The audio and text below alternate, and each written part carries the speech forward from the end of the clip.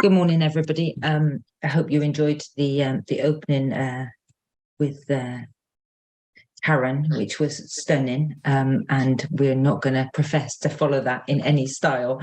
I think it was just amazing. But one of the things that I invite you to think about with us as we step into our workshop is that wake up and notice what's around us. I think for us, really important for us to think about the differences that we bring ourselves and the differences that might be present in the people we share the space with.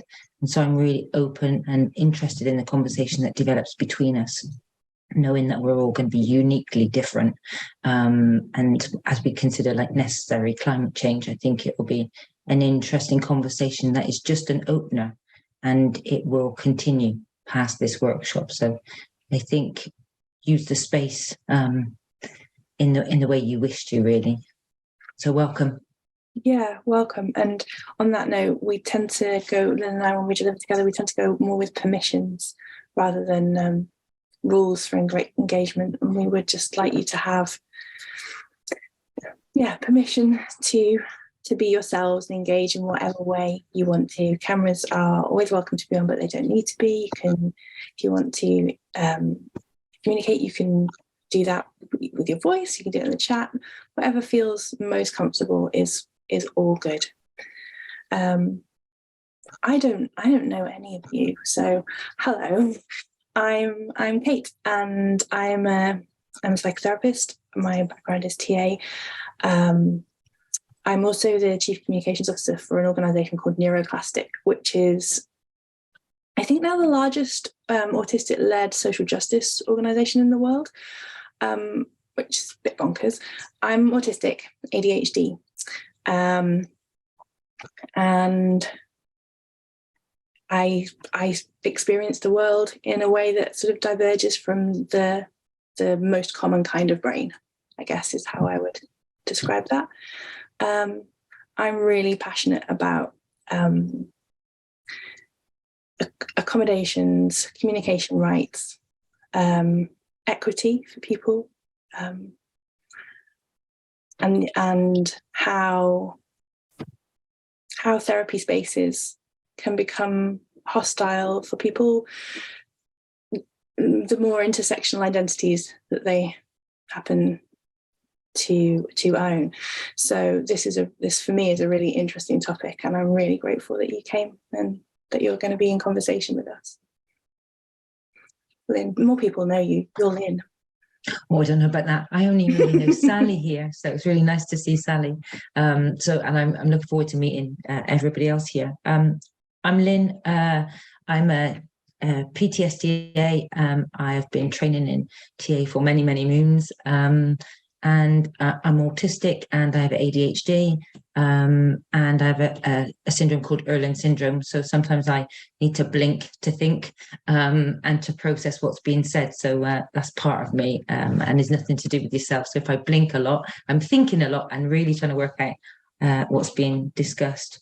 I'm really passionate about the work that I do, which is predominantly with children and young people, although I do work with adults that are neurodivergent that also face huge kind of overwhelm in environments which are unpleasant, particularly in schools and education systems, and find that the hostile environment of education kind of crushes and breaks their will rather than enables them to grow and thrive. So I'm quite a strong advocate for change within school settings, but also in providing education outside of the school, and also supporting people that have been marginalized as a result of kind of our societal norms. So people that might be demonized and criminalized, that are Black autistics, or Black autistics that also have other disabilities that are kind of put into the criminal system when really they've been misunderstood and that their actions have been deemed to be aggressive rather than overwhelmed and distressed.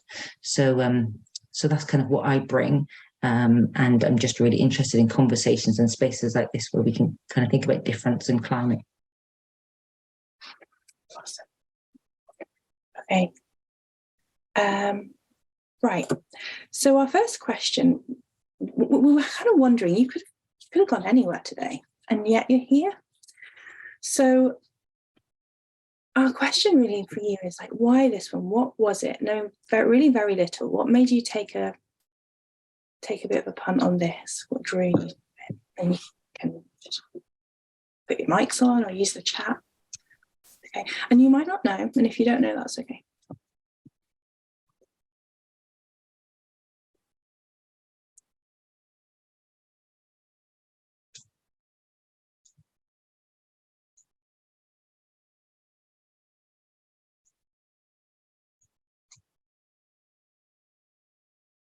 I can probably. Oh, Sally, were you going to say something? I think we took out at the same time. Okay, you go first, Al. Okay. A bit more of a think. Okay.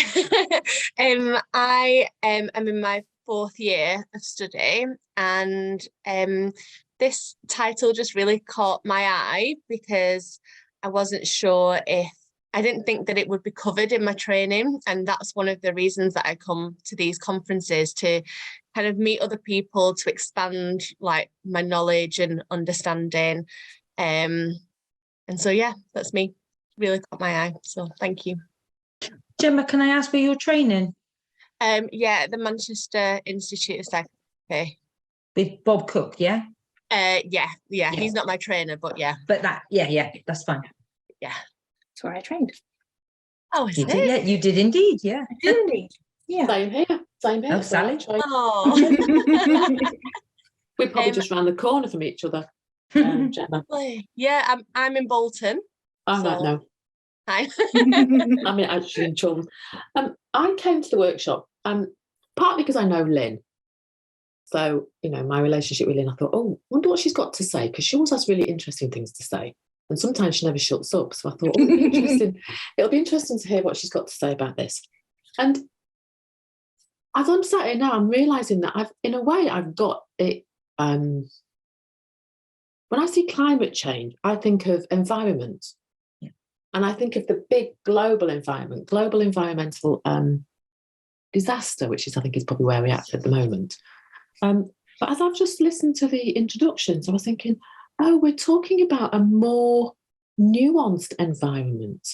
We're talking about the environment of difference. And I was noticing your presentation has got the audience window at the top. It says topic of no more normal. Mm.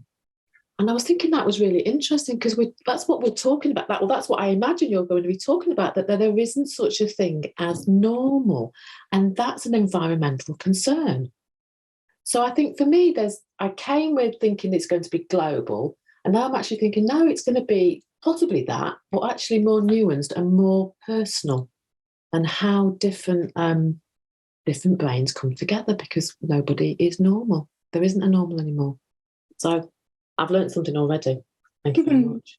I really like your description there, Sally, of kind of like that outer and the kind of inner, because I think as we move through, some of the things we might be talking about is like the personal at core level, and then the kind of script that develops around us, and then the wider context and the societal kind of norms, and then the huge global picture, and then the kind of how it comes down and out, and I think really important to pay attention to all of that in relationship to difference, but also in relationship to climate and the climate differences, because I think culturally there's so many different takes on the climate and what climate best suits certain things and certain people.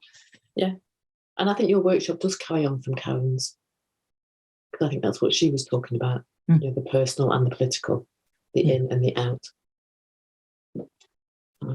Yeah, I'm glad I'm here. Nice to see you, Sally. I'm glad you're here too. Thank you. And I think what we'll try and do is sort of switch between the macro and the micro, because they're really related. But I also have a little bit of a confession, which is so Lynn and I did a presentation last year called No More Normal. When I made the slides for this show, I just copied it and then adjusted it. So that's completely accidental that it has No More Normal at the top, but it's still true. Yeah. Okay. And let's look at the chat. Komal, am I saying your name right? Oh, it's an intuitive. Yes, Komal is right. Komal? Yeah. Morning, Komal. Good morning. So something just pulled you, you weren't quite sure. I really like that. It was an intuitive decision for me. And then I get taken back to Burns' original work about intuition and about sensing and sensory. The fragile voice of intuition is often more something than words, is my memory of that quote. Yeah. Very vague. He said it was good, though. He was all about that. Until he got quashed by the social constraints, because we're starting to learn, aren't we, that a lot of Burns' work was marginalized because it wasn't accepted. And so, like, as time goes on, we're going to see more work that kind of didn't get published. Yeah. I was really drawn to Burn, and then I fell out with him a little bit, and now I feel like I'm coming back to him, coming home. Okay. Thank you for your answers on that. So what we're going to do is we're going to introduce you to this little, we smushed some theories together and made a thing. So psychological hungers, I don't know whether that's a notion that you're aware of. So those of you trainings, you've covered that. So we took psychological hungers, and then Jodie Mardula's appetite pathway model, which was that if enough of your hungers are insufficiently met or overshot, then you tend towards those tragic outcomes, so harm self, harm others. We reworded go crazy for episodic loss of mind and body, because we feel like there's nothing more human than a spot of psychosis every now and then if enough things go wrong. And then polyvagal theory as the body's way of establishing safety again, of necessary protectors. Yes, you can have the slides afterwards, and by all means screen grab them if you'd like to. Lynn, would you like to speak to this? Yeah, I just think it's really important for us, like as autistic people and as practitioners, to really kind of account that how go mad, go crazy has got a historical context to us, because many of us would have ended up years ago in lunatic asylums, and my dad was somebody that was incarcerated and received electric shock treatment for being deemed to be not normal and wanting to change his pathology and cure him. And what they didn't realize was that he was autistic, and then the impact of the electrocution then caused a motor neuron disease. So kind of like the whole cycle of being in the medical model just caused huge distress. So when we were designing this, we really wanted to consider trauma responses to the world, but also trauma responses to our parents, who might have wanted us to behave in a certain way because that was the norm or should be the norm in their views. But also the whole thing about school, growing up, development, and the times when we continue to be put in positions where we are triggered into a trauma response. And so for me, it's much more respectful to think about polyvagal and trauma response than it is to demonize somebody or pathologize somebody because of their behavior in response to crisis. And what we've noticed is in this model that there's much more conversation with clients if we can talk about responses to things rather than trying to escape hatch closures, which can be quite harmful with an autistic process, particularly if you've got somebody with suicidal thoughts going on in their head, that we decide to shut it down rather than talk about it.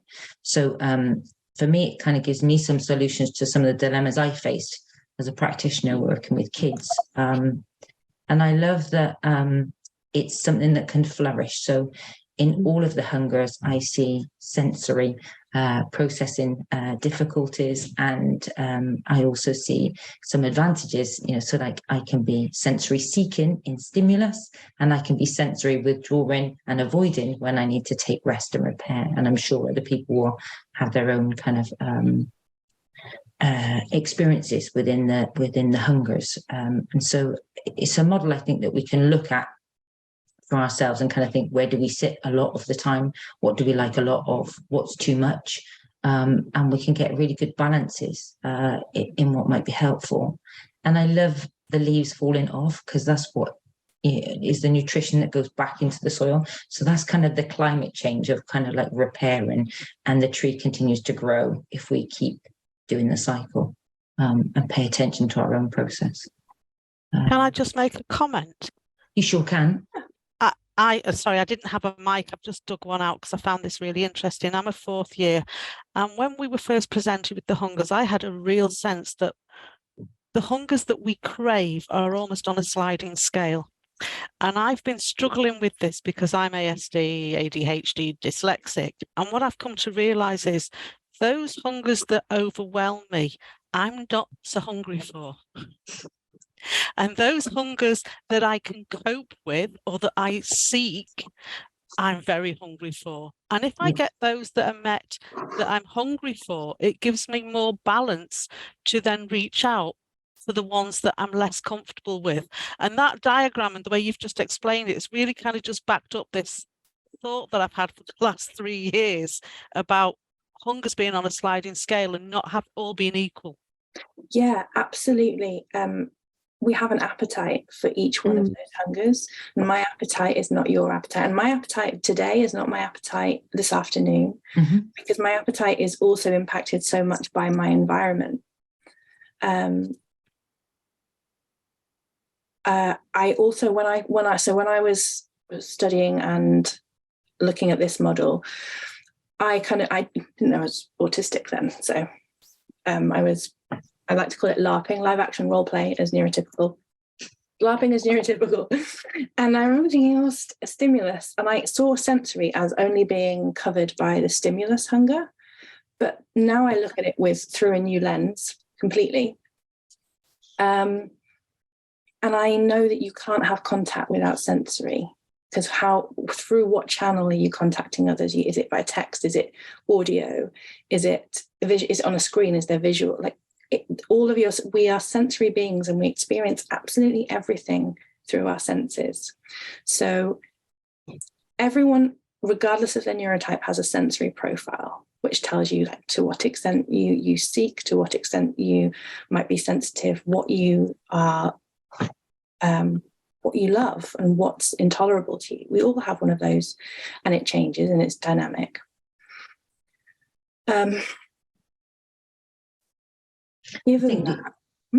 Sorry, Kate, the other thing I was thinking about, like, is in the sense of, when you were saying the role playing of being neurotypical, around us forms that script, doesn't it? That where we kind of need to fit in and belong. As young people, kind of noticing our difference, we kind of mask. So I see masking as being in the script process as well. So like we're not always aware of our appetites, or we shut our appetites down in service of fitting and blending in. And then what we actually notice is we become really poorly or unwell because we've not met our appetite. Yeah.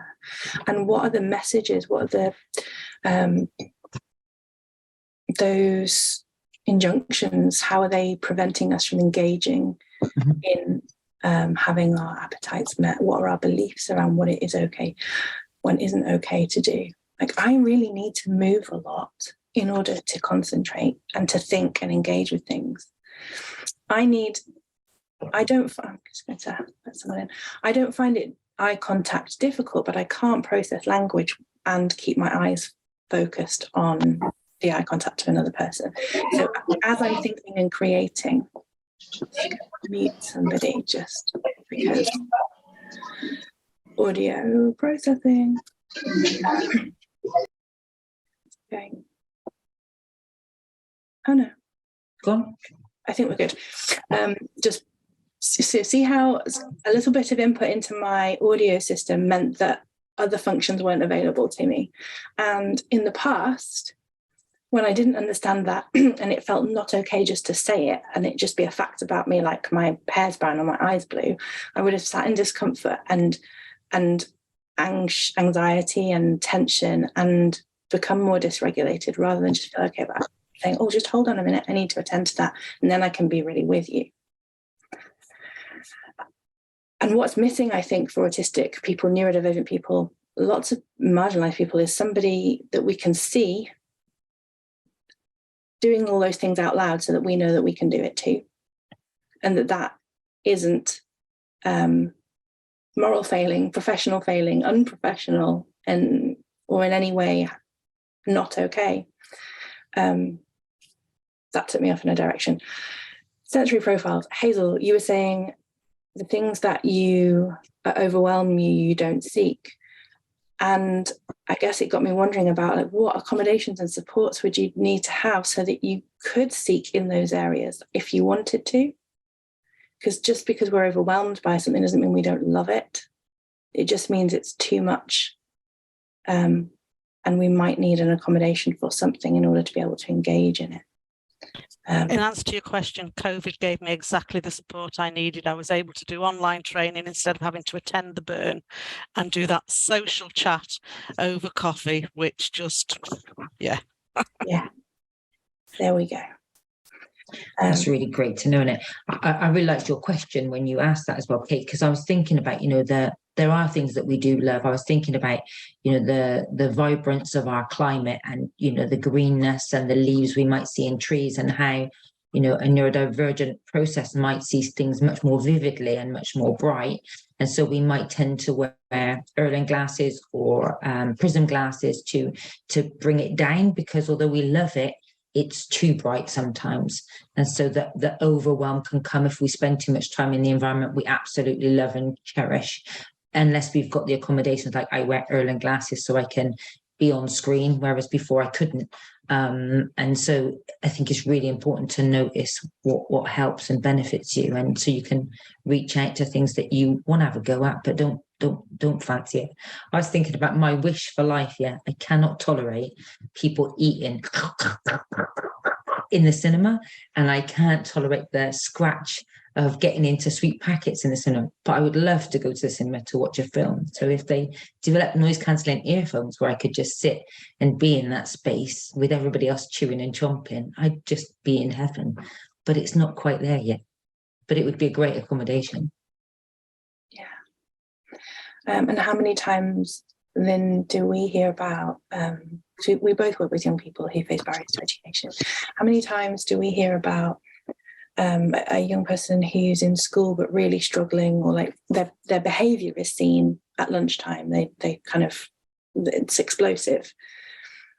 And we say, okay, like, I don't know, like they've got the food that they want, but they're not eating it. They're doing this, they're doing that. I'm like, okay, but they're in this room and they might have the food that they want, but they can smell all the food that's around them that they can't bear.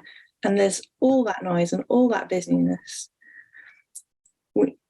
Really helping people to look at something through a different lens of what cannot be accounted for by somebody who hasn't experienced the world or engaged with people who's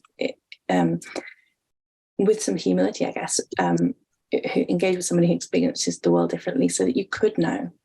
It's not a problem not to know. The problem is when you're closed to seeing things differently or asking questions.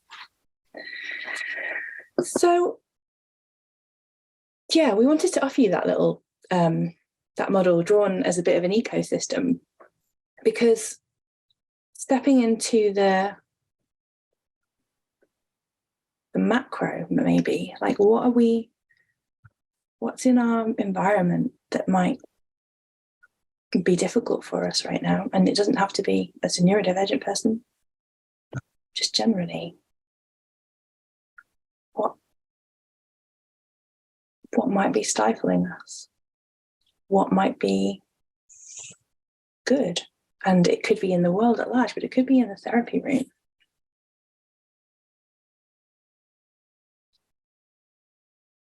For me, it's in the training environment.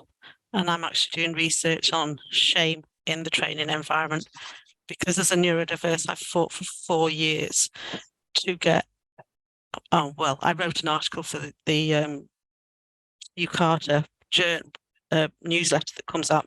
I was asked to write it about dyslexia. And my argument is we don't just need a level playing field. We need the playing field tilted in our direction. So for me, it's pressure to perform according to IATA, UCARTA, UKCP, in a way that doesn't trigger the overwhelm and the anxiety. And when you have lecturers that still write in red and blue, and fancy fonts. And, you know, for 4 years, you've been saying, please can we be dyslexic friendly? Please can we be neurodiverse friendly? So that for me is the biggest pressure as I'm approaching CTA. Sure. I'm really sorry that was your experience, Hazel, in a training institute. And it's one of the things that we're kind of trying to work really hard with Sue Eusden and Steph to make some changes, particularly with regards to IBOC. And I was thinking about some institutes have started to develop kind of RAP plans, which are wellness recovery action plans, but they just take into consideration people's difference. And what they're starting to look at is what you might need in accommodations. And I think the more people like yourselves are able to, you know, write about it and speak and say, you know, this is my experience, the better, really, because I think, you know, people have some really harrowing experiences about CTA processes. And sometimes that is about the neurodifference or just about being slightly different in a different way, whether that be, you know, due to kind of their own cultural differences and not being accepted. And I think it's really important that people speak up and speak out and really change things.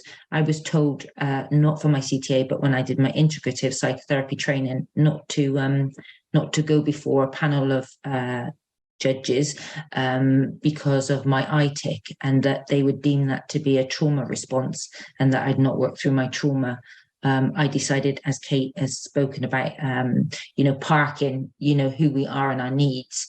And I did that at the beginning of my exam and felt really grounded in being myself, and was met by people that were really warm and also were able to be themselves within their own vulnerability. So I invite you to be all of yourself. And even though it's scary, to take support from people around you, really. To move forward and do your CTA and continue to write about it.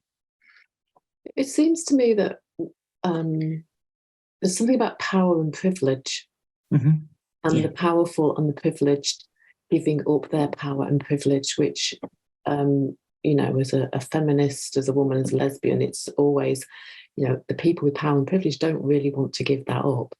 And it always seems like it's the minoritized who are having to make the adjustments. It's the minoritized who are the oppressed or the discriminated against, who are always having to bang and make a noise. And it's until that happens that the wider world of power, politics, processes actually start going, oh, okay. And then there's a resistance. And some people, you know, it sounds like your example then was you were met with an okayness, and that's great, and sometimes that isn't always the case. So I don't know what I'm saying really, but yeah, power, privilege, politics. So it's a fight. It's a constant battle. And when you think you've won one battle, you find that there's another one over the horizon. I think you raised such an important point though, Sally, because I don't think people would call the process invigilator for privilege and power imbalance in the CTA, and I think it's a really important one where people could I think and I think that, you know, we were talking about you know, like why this workshop, and what we were kind of thinking was that there would be more neurodivergent faces present than there would be, you know, neurotypical faces. And that's an assumption. That's a huge assumption. But actually what we've noticed is with a lot of neurodivergent trainees is that they've not ended their training because the fear of the CTA process. So the more we can kind of encourage these sorts of spaces for people to step forward, the better. To kind of level things up rather than, you know, like I know Hazel was saying it needs to kind of go, but it is, how do we level this up? How do we get an equal plane? It's how do you take the space? Because I think in some areas you're not going to be given it. We're not going to be given it. So it's how do you keep on that motivation? How do you keep on with that? And resourcing yourself. Resilience. You kick, you shout, you scream. I've been an advocate everywhere I've been for dyslexia and neurodiverse people. We had a neurodiverse We had a neurodiverse group at the Burn, which was solely for people that were neurodiverse, and then they watered it down. And I know there are different cultures that are training, but they then watered it down to being student support rather than for the neurodiverse, which at that point I went, you know, I'm out of here. I've given up fighting. Yeah. I think it's that point. It's like, how do you stay fighting? Yeah. Which might be part of the conference as a whole. How do we stay fighting in an environment, either macro or micro, that really isn't welcoming? Yeah, absolutely. I mean, and that sort of leads on to this next slide. Have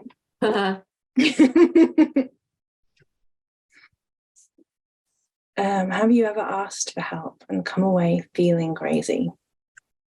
And in this slide, Lassie's asked to get help but ends up on a couch with a therapist because the help that Lassie asked for was deemed to be a problem with Lassie rather than the environment and how it was impacting people. But in a way, Lassie's done exactly what was asked. They've gone and got help. Yeah. There's so many ways you can look at that. Yeah. It's like Lassie go and get help. Lassie has, rather than Lassie help me. Mm-hmm. Mm-hmm. Yeah. There seems to be a double empathy problem. I don't know if people know about the double empathy problem, but Damien Milton's research into the notion that autistic folks aren't so good with communicating. And the upshot was that we're all really a bit rubbish at communicating with people who's or empathizing or really getting people whose life experience differ wildly from ours. We're full of bias and we're wired for it. There's also an experiment, I can't remember the experiment, but they did they had 3 groups: autistic group, neurotypical group, and a mixed group, and a message passing test. And the hypothesis was that the neurotypical group were going to be able to pass the message between themselves. Like, one person says a thing to the next person, that person says it to the person along, and then at the end of the line has that message been retained its integrity. And the hypothesis was that the neurotypicals would have that nailed and the autistic people's not so much. And what happened was that neurotypical people kind of did, and also so did the autistic people. And in the mixed group, the mixed neurotype group, it all went to shit because we struggle across cultural divides, across linguistic divides, of any kind of divide. But the dominant narrative, the dominant neurotype will always be the one that gets to define what is right and what is wrong. So most often the neurotypical person is blamed for not understanding, or for in a misunderstanding, the neurodivergent person is blamed for not understanding or not communicating, but it's definitely their fault. And that gets upheld because there's allegedly fewer of us. So yeah, double empathy problems exist outside of autism, though, outside of neurodivergence. And we're more likely to avoid them by exposing ourselves to difference and other ways of being, to immerse ourselves in different cultures, so that we can be open to there just not being one right way. Has anyone got experience of this? Like needing something, feeling really sure about what you're asking is reasonable, and then coming away thinking, oh, I think Nia's got her hand up. Yeah. I can't hear you. I can't hear you, and it's okay if you're just waving, but if you want to type in the chat, you can do. No, I can't at all, so I don't know whether it's just that your microphone isn't plugged in. Maybe she'll pop it in the chat. Probably now you can hear me better? Yeah. Okay. I just plugged out my headphone. My daughter is dancing at Northern Ballet, and she's dyslexic and also has ADHD. And her type of dyslexia is not just about spelling and bits and pieces, but it's quite related to coordination. So when she needs to pick up a choreography, that seems to be really hard. And I told them this is the case.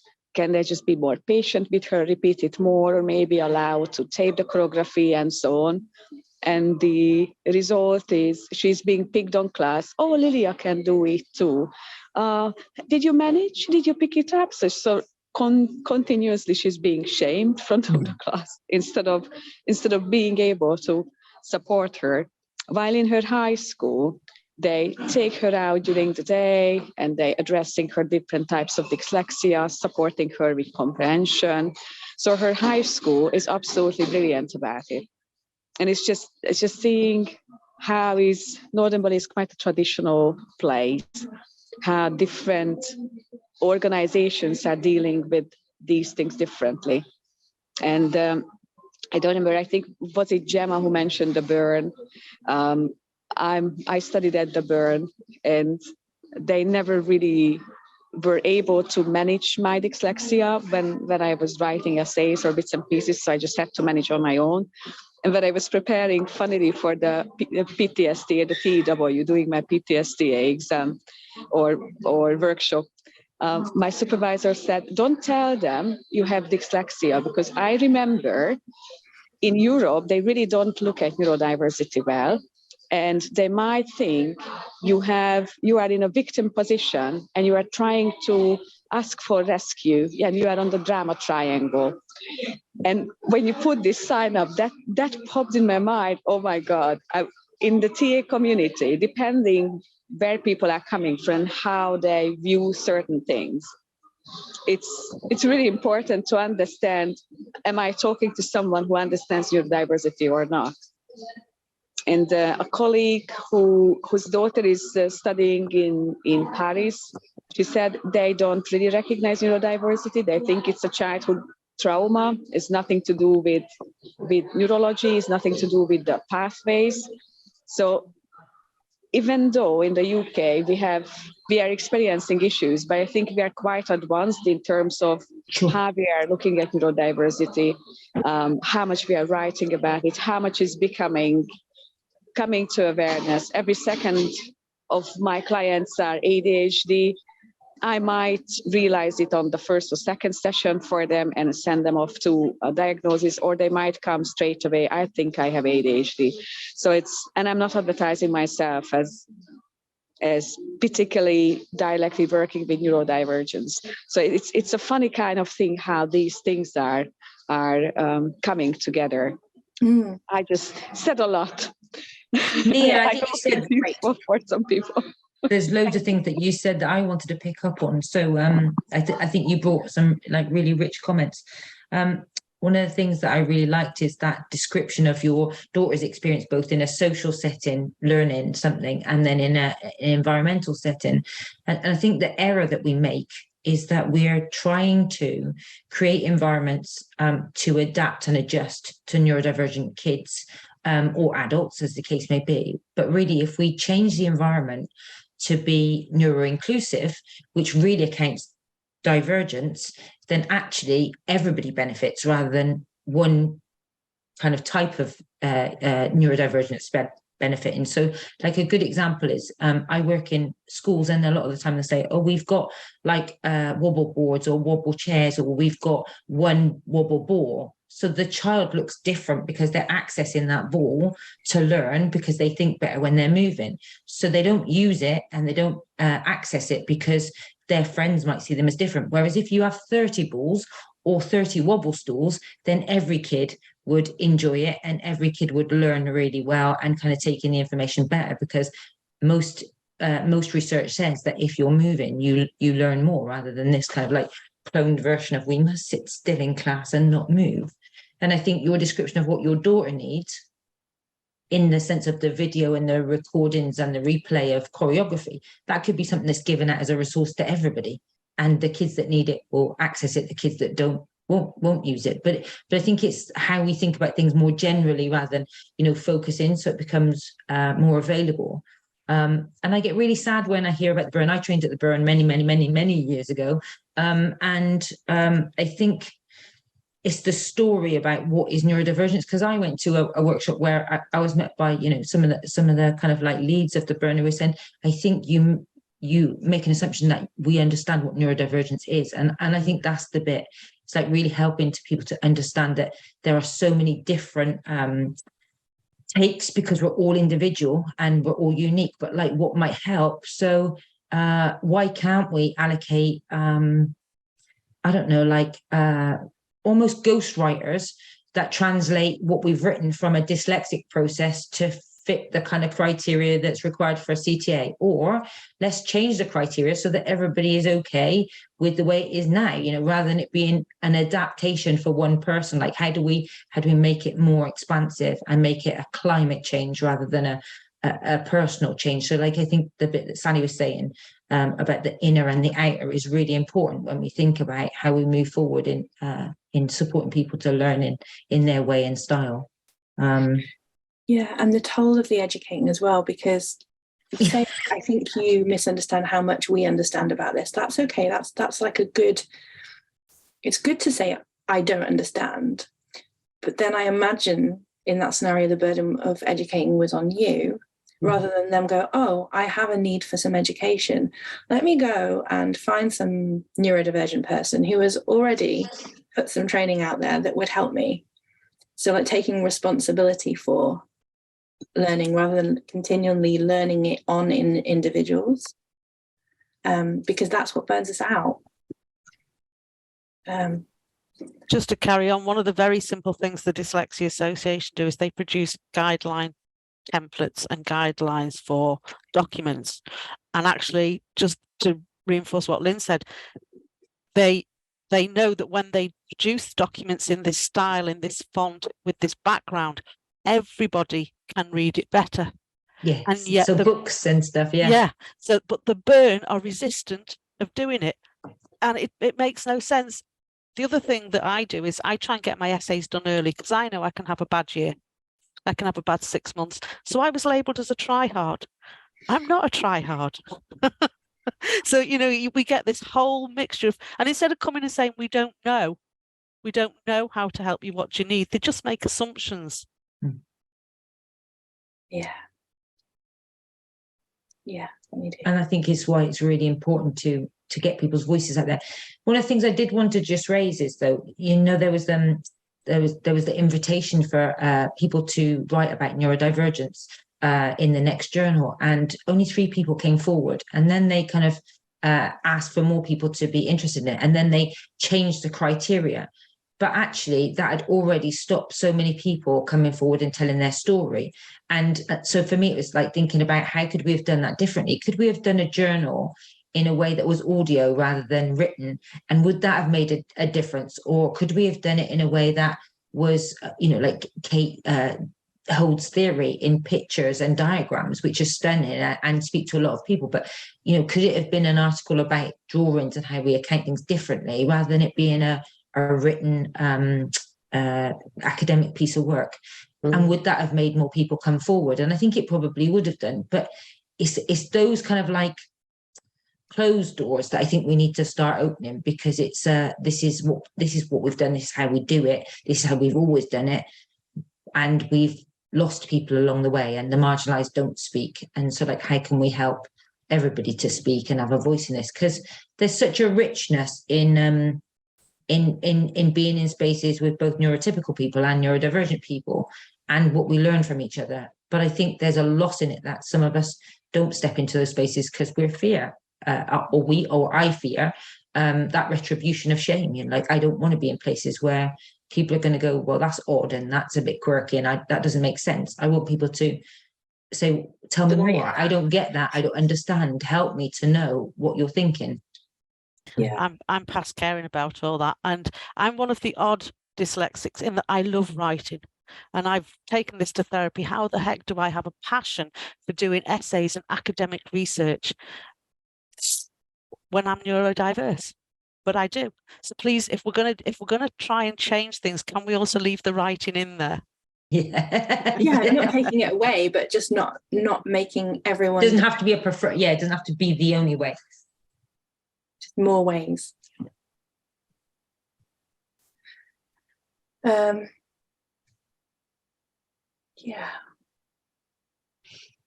Gemma Being makes a able to- point that it's she was wondering if there's something in that about the recruitment to training institutions that can be inclusive. Do you know if this exists for any of the institutes? And I think, you know, that this is kind of where we're at, isn't it, in the sense of dialogues that have started to happen. So most people will say there's no neurodivergent training on their 4-year program. And I think within some of the institutes, I know Carol Lucas's has had a couple of set days, and I'm hoping that other institutes will do the same, but it's slowly starting to change. Yeah. Yeah. The Burn have one in May. Do you know who's doing that, Hazel? Yep. Oh, I don't know. She's just done the one on neuroscience, and I can't think who it is. It's okay. Be interesting, I expect. Mm. But yeah. Her husband's neurodiverse. She's neurotypical. So yeah, I'm looking forward to this. That's and to me, that's an interesting choice, because if you wanted a workshop on what it is like, or like what the experience of being Black is in Britain these days, would you invite a white person in to tell you about it? If you wanted to do some training about LGBTQIA issues, would you invite a straight person in? No. But yeah, it's still okay to be like, I know. Or a feminist, bring a man in. Yeah, and it still seems okay to be like, well, I know somebody, so that's my qualification. Yeah. Or I love somebody, and that's my qualification. And it does bring you a perspective, but it is still, my opinion is that it is still wrong. I was going to tame that a little bit and go questionable, but no, my truth is I still think it's wrong. When there are any number of brilliant neurodivergent trainers and therapists who could speak to their experience. I wonder, Kate, too, as well, if we've been impacted and affected by the social stories out there where people have used their kids to tell their story rather than kind of be themselves. So, like, I mean, there's some pretty horrific social kind of accounts out there, like, you know, Father Autism and stuff, where they kind of like film their children and put that online and use them as examples in a way that's kind of really harming and damaging to our community. So I think there's that as well. It's like, if it's your experience and your lived experience, speak to it. If you're a parent who's struggling and you don't understand it, then talk about your struggle. Don't talk about your child or expose your child in that way. So it's, again, it's that it just hasn't moved on enough yet, really, does, you know, for people to. So I think I would be the same. I'd want somebody that's got a lived experience to be telling the story, whether that be somebody that's, you know, gay, straight, Black, you know, neurodivergent, neurotypical even, you know. It's like, what's the subject and who can speak to this the best? Yeah.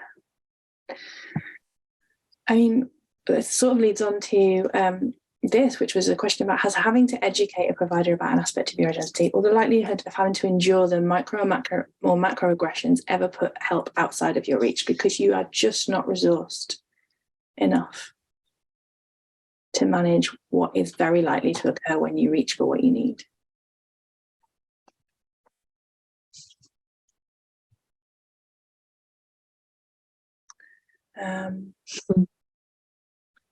It definitely has for me, like when I consider accessing therapy, I have experience of great therapy. I also have experience of therapy in which I was shamed and pathologized for my expression of who I am. So I remember once getting really, really dysregulated and in that dysregulation, losing my words, so situational mutism, when there are so many thoughts that I have about a thing that I can't quite express any of them because the complexity of what it is that I need to express and the competing demands that are happening in my brain, and my worry about how they'll be heard and what the consequences will be for me if I say them and they're not understood, can make me shut down. And I remember being labelled by a therapist as having an excluding child ego state. So them saying that I don't have an adult ego state and I don't have a parent ego state. I'm just in my child. And that same person had once explained that to me as, well, nobody really has an excluding child unless they're, I don't know, maybe they have late onset dementia. So I was sat in that moment with all my capacity and thinking, you can't see me and there's nothing I can do. And the more distressed I become about this, the more I'm going to look like what you've just labelled me. I can't win. I can't be here. And it wasn't possible. I wasn't well enough resourced to be able to explain that. And it wasn't on me to do the educating. But it was at a time when I could at least have the resources to do it that I needed. I needed to be able to. And I think these are common. This is common for autistic people specifically. That's the people that I come into contact with a lot. But I don't think it's specific to neurodivergence in any way.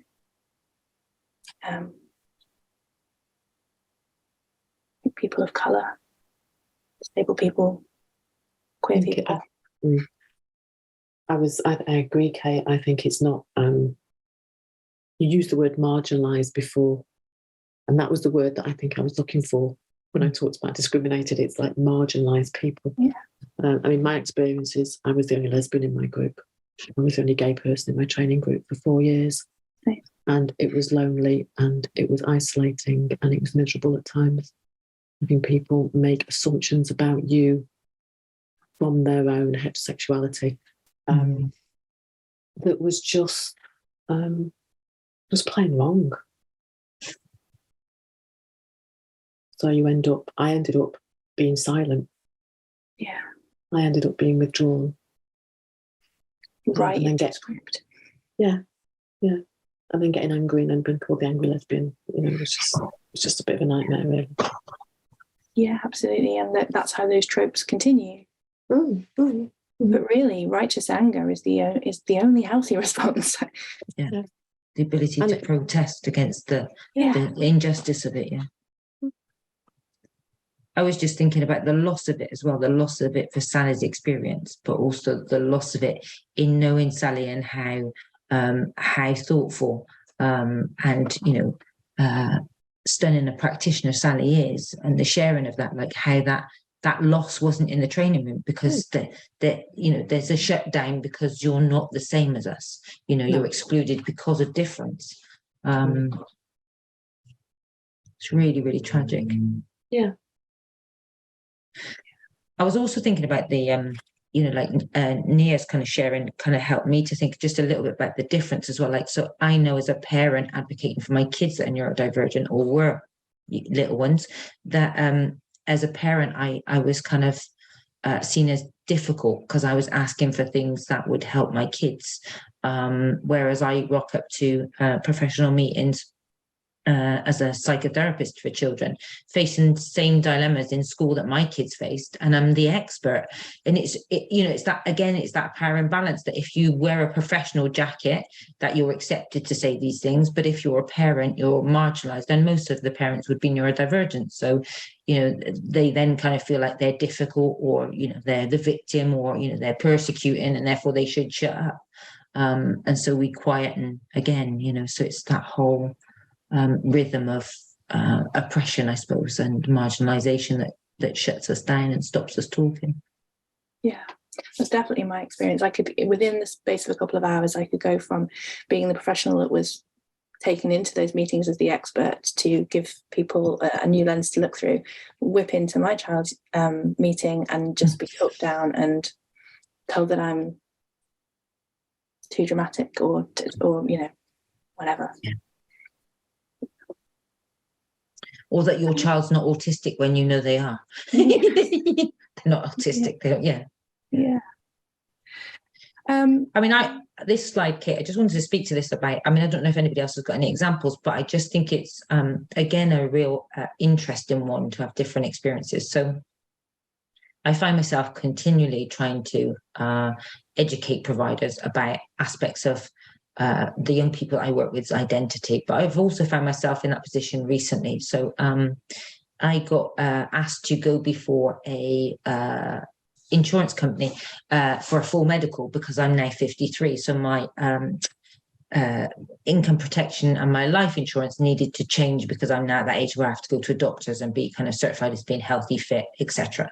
And I went before the insurance company consultant doctor and did a really rigorous assessment, and was able, from the point of going into the appointment, to talk about my autism and how it impacts me as a person. So the doctor was really open and welcoming, and he asked me what I needed for the assessment to kind of be the best for myself. So I was able to say that I needed him to explain what he was going to do before he did it, to allow me to kind of say no if I needed to, and to ask for it to be done a different way. So like physical touch, taking my blood pressure, checking my heart, all those sorts of things. So it was a really good experience, and I came away feeling like I'd been seen, both as, you know, a human being, but also an accommodation, really, in the sense of what I might need to get through it, and got a full bill of health. I then got turned down by my insurance company because it came up that my GP had said that I was autistic, and therefore I might have, or they might have, some concerns about the longevity of continuing to work, and therefore whether I would have work exhaustion because I'm autistic. So a huge assumption.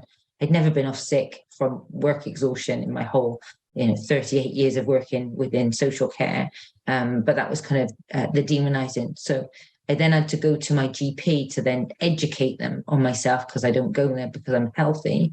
And there were several kind of like intensive macro aggressions that kind of came up for my family members leading up to that appointment. So I was already not very happy about them speaking to my diagnosis or my difference or my identity without consulting with me.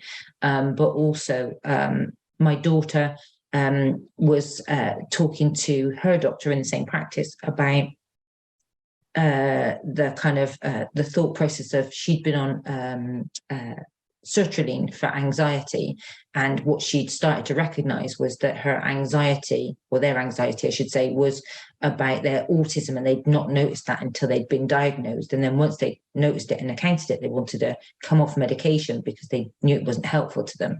And the concern was about how that would be perceived by the medical practitioner. So they spoke to that in their appointment and got told that they were catastrophically thinking, and that it wasn't theirs to worry about. But anybody that works with an autistic person or knows an autistic person knows that we think very deeply about things before we say things, or even after the event, and we reflect on what's been said. And then my husband went for his blood pressure check, and he was his blood pressure was really high, and he explained the correlation between autism, anxiety, and high blood pressure, and the kind of going for an appointment with a medic can kind of create alarm because there's going to be physical touch. And the doctor said, thank you very much for telling him. He didn't know the correlation between autism and anxiety and high blood pressure, and then asked my husband if he counted cards. So there's kind of that microaggression of not knowing what's an autistic process, and really kind of then putting the assumption on my husband that he was, like a prodigy of Rain Man, for example, and somebody who's savant that can kind of do things at, kind of extreme levels of brilliance. But those kind of things, and then they kind of think that's quite funny and quite humorous. And when you say, actually, that's not the case, and, I'm autistic, I'm not somebody that can count cards, then there's kind of that awkwardness about, well, we're doing everything we can for neurodivergent people, and can't you see that we've got groups for you to come? And then you see the puzzle piece as an advert for their group, and you think, oh, actually, I don't want to be in those groups because you're suggesting there's a part of me that's missing, not that I'm different to you. So they're the kind of things that I think on a daily basis that you go through. And then when I went to address it with my GP, who is my family GP, or my family's GP, there was a lot of embarrassment and a lot of, we didn't know this and we're sorry. And then the breach of boundaries in that they then asked me to come and educate their GPs on neurodivergent processes. And so, and had no kind of thought process about how that might be for me as a patient of their surgery, but also how that might be for my family as a patient of that surgery. So I think there's lots of behaviors that are really anti considering the difference in a way that's respectful. And I think that's really important that we kind of speak to that too. Yeah. And it's tiring to keep educating. It would be really nice for people to rock up with some ideas and some thoughts about what they might have read about it. Yeah. Or even to have as their response, I'm sorry, I didn't know. I'm going to go away and do some learning. Yeah. Rather than, will you teach me? Mm-hmm. Yeah. So has anybody else got any sort of experiences that have been like that? Yeah, I've got one. I struggle if somebody doesn't have English as their first language, if it's their second language, the prosody and the rhythm of their speech, I really, really struggle to understand. So when I moved house, a lot of our GPs, although they speak English very well, there is a very, very strong accent because of their ethnic background and culture. And so I requested that if they were going to do phone appointments with me, could I have a native speaking white doctor who did not have a strong accent? And I wasn't bothered whether they were white, Asian, whatever they were, as long as there was no problem. I mean, the other problem I have is if they too much, I lose concentration, I lose what they're saying. And they said I was being completely racist. I would be allocated whatever GP was available at that time. And I was like, but I don't understand when they talk to me. I really cannot understand. And I had one poor lady doctor who admitted she'd come over about 5 years ago. Her English was very broken. And I absolutely had no clue what on earth I was supposed to do at the end of the phone call. And I was in bits. My husband had to go up to the GPs and say, this is not good enough. You know, she's not being awkward. She doesn't process sound the way the rest of us do. Oh, we just thought dyslexics couldn't read or write.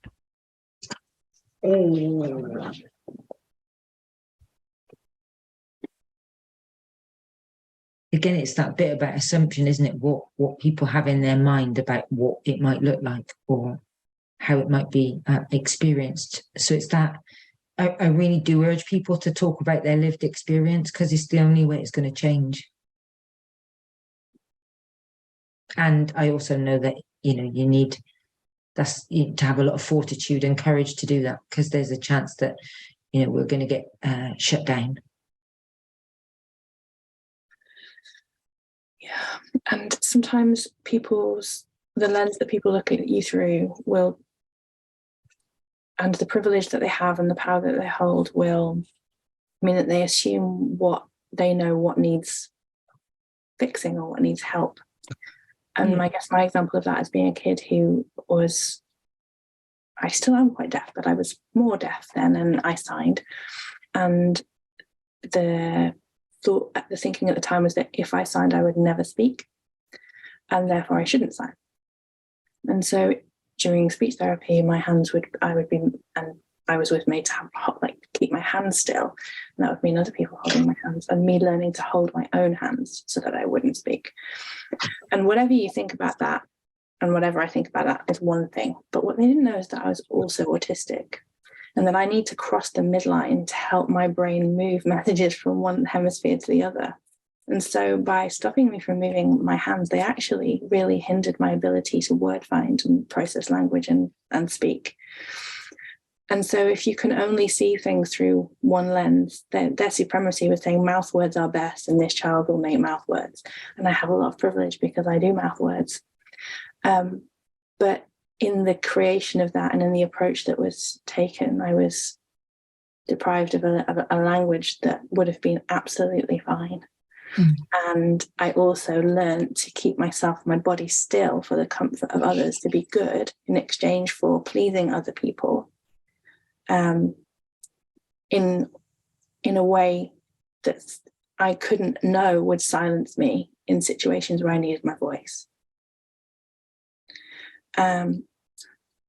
Lots and lots of the approaches that are used with neurodivergent children are about compliance. Children generally are about compliance.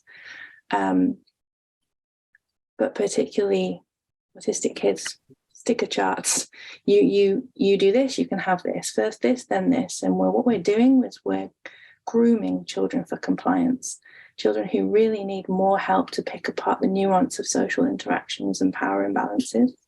We make them more vulnerable to abuse. Autistic children are statistically far more likely to be abused. And the systems that we have in place in the education system are damaging in ways that are catastrophic, because they're based in this idea of hierarchies and power, and you will comply, and that is good, that is respect, that's, you should be this. So it's, you know, we do a lot of advocating for neurodivergent young people to self-advocate, but what do we do with their advocacy when we hear it? Is it not polite? Is it abrupt? Is it rude? Is it, and then it gets ignored because it hasn't hit the sweet spot of pleasing others. So when we hear other people's advocacy, self-advocacy, I think it's really important that we don't get hung up on whether it hits a shame spot or something in us that means that we think, oh, that was rude or that was disrespectful. That advocacy, self-advocacy isn't always polite. It doesn't need to be. It's not someone's job to please you. It's just their job not to abandon themselves when everything in their upbringing will probably have been aimed at that being something to learn. I think that's really important too. I think you make a really important point though as well, Kate, about you know, like how we support our kids to really know about what they can consent to and what they can't consent to, and how we teach kids about safeguarding, you know, like, because many of the young people that we're working with now that are in their teens have been, for want of a better word, handled by adults, you know, whether that be they've been touched when they shouldn't have been touched, or they've been restrained when people have deemed a behaviour to not be the behaviour that they want in class. But actually, we're not teaching kids about they can hold their own body, and they can contain their own body, and they can do what they need to do for their body to become regulated and to get their equilibrium. It's been enforced.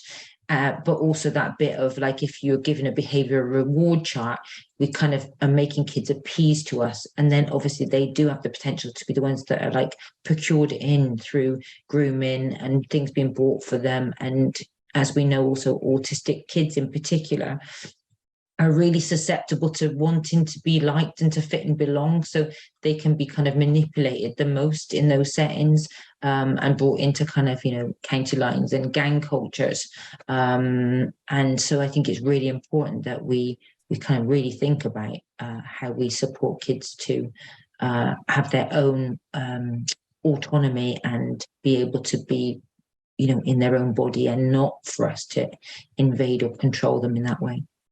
Yeah, I know that I don't really feel like I'm safely working with a young person until I've heard them say no to me. Yeah. I don't know that I've really got their consent until they've told me to do one.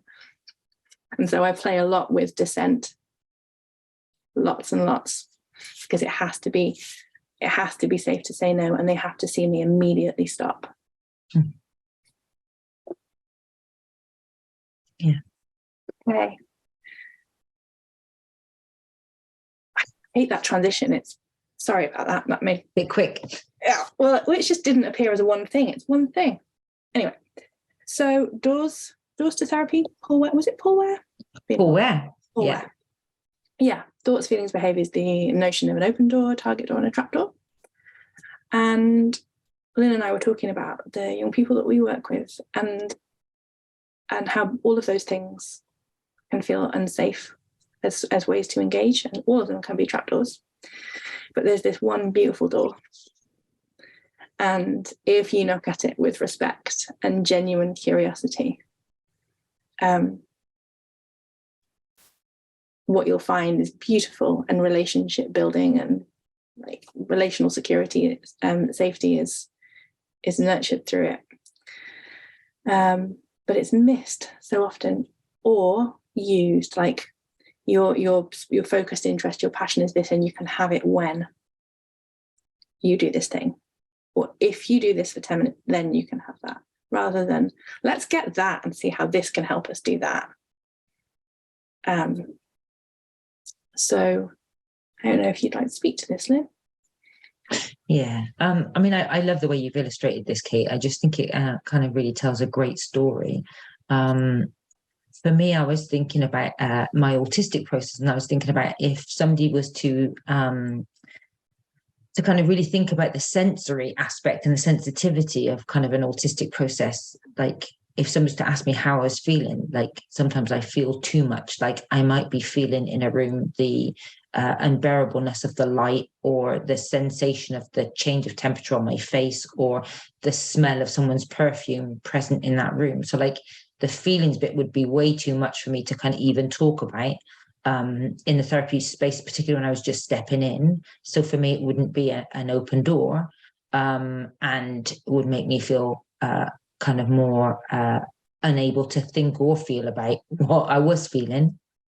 And the behaviors ones always are like a trap for me. And I love the kind of depiction of like, I'm going to be trapped, because I think we've been defined by our behaviors. You know, I was thinking about the DSM-5 and kind of how you have to, you know, meet certain criteria to be diagnosed. And so those behaviors have to be kind of present for a period of time. But what that doesn't account also is that sometimes when we're at that point of diagnosis, actually it's the autistic crisis place that has got us there. And then if we put everything else in place around us, that some of those kind of behaviors change and decrease, because we're in a better kind of equilibrium and better regulated place. So to me, behaviors can be defined by the other as behaviors. And some people will say the behavior is even a communication.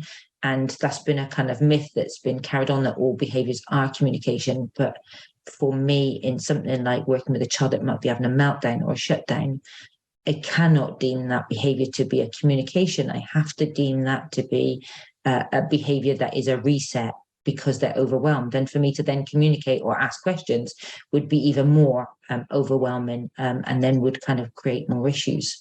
Can I add something just on that point?